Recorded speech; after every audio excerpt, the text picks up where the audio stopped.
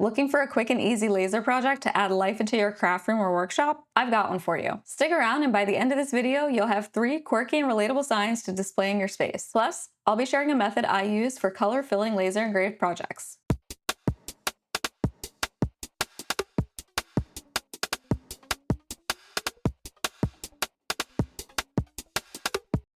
Hi and welcome to my channel. I'm Lena and I share DIY tutorials and other creative hacks to help you level up your projects. And today I'm going to be teaching you how to make this simple laser engraving project, creating 3 different craft signs using your laser engraver. And I'm going to show you how I added a pop of color to this one. I'm going to be using my new xTool P2 and the xTool creative software, but you don't have to have xTool specific products to follow along with this project. Whether this is your first laser project or you're interested in learning how to add color to your laser engravings in the future, this project is simple enough for you to follow along. So let's get into it.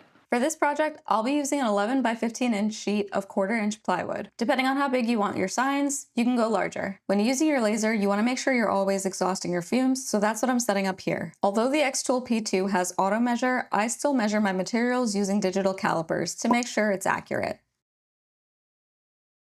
Once my machine is on, I'll position my material inside so I can move on to positioning the signs in the xTool Creative Space. Now, I pre-designed these signs, but I will be sharing a file for all 3 in the description. Here, all I need to do is resize the signs to fit within my 1 sheet of plywood. I color-coded blue for engraves and red for cuts, and the settings are already set. Here, I'm adding a copy of one because this one's going to get painted. The most important thing to note when adding color to your engravings is to disable any engravings at this point and only enable the cutout of your shape. Don't forget to set the thickness of your material. We're going to go ahead and process this file now. I have an inline exhaust fan, so that's what you see me turning on here. Then I let the laser do its thing.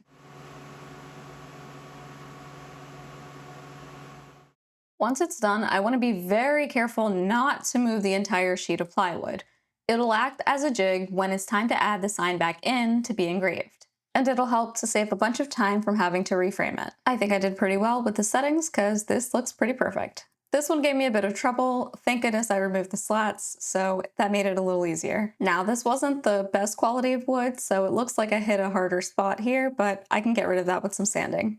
And last but not least, now I'm just going to leave that right where it is and I'll get back to it. Now we can see them side by side. When laser engraving, it's natural for charring to occur, so we're going to get rid of that.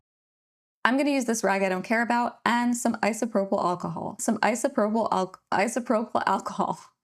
English is hard. With that tongue twister out of the way, these engraves are nice and clear, and you can see all the detail. Now, moving on to the one we're going to add color to. To make my life easier, I decided to go with spray painting it. I typically add shellac to my wood before painting it, but I accidentally dropped the can and broke the lid. So next best thing is white primer. Here I'm just adding light coats of paint until it's even. I waited 24 hours for this to dry before moving on to the next step. For this step, you're going to need masking tape, scissors, and a scraper, or anything with a sharp edge. I usually engrave larger signs, so I invested in this blue painter's tape. It's not a popular brand, and I actually don't love it, but it's what I have available. The key here is to make sure that it's really secure to your wood as tight as possible with 0 air bubbles. Once it's ready, I'm placing it exactly how I took it out of the sheet of plywood, or the jig. Since it's in the exact same place as I left it, all I have to do is now enable the engraved pieces and disable the cut pieces. Now I'll run the engraving.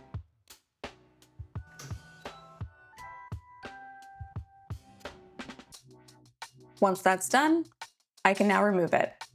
Now, I realized as it was engraving that the settings for this weren't quite right. It actually should have removed a lot more tape, so it left behind a lot of adhesive residue. This isn't ideal, so I would recommend upping the settings. Again, this is the first time I'm using this method on my new P2, so I'm also learning with you. Now that I've cleaned this off as much as possible using the alcohol, I'm gonna go in with some acrylic paint and a paintbrush and have fun with it. The idea here is that you don't have to be super careful because the masking tape will keep the paint from getting in places that it shouldn't belong. Now, I have a weeding tool and I use this a lot. I would recommend getting one if you intend to do this a lot.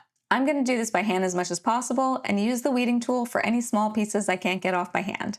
Ideally, this would be a clean finish. However, the power wasn't strong enough, therefore the engraving wasn't deep enough, and the result wasn't as clean as it should be. Lesson learned, and I'm passing it on. Overall, I think the plain engraved ones came out pretty awesome, and the painted one's not so bad either. I might just stain them in the future.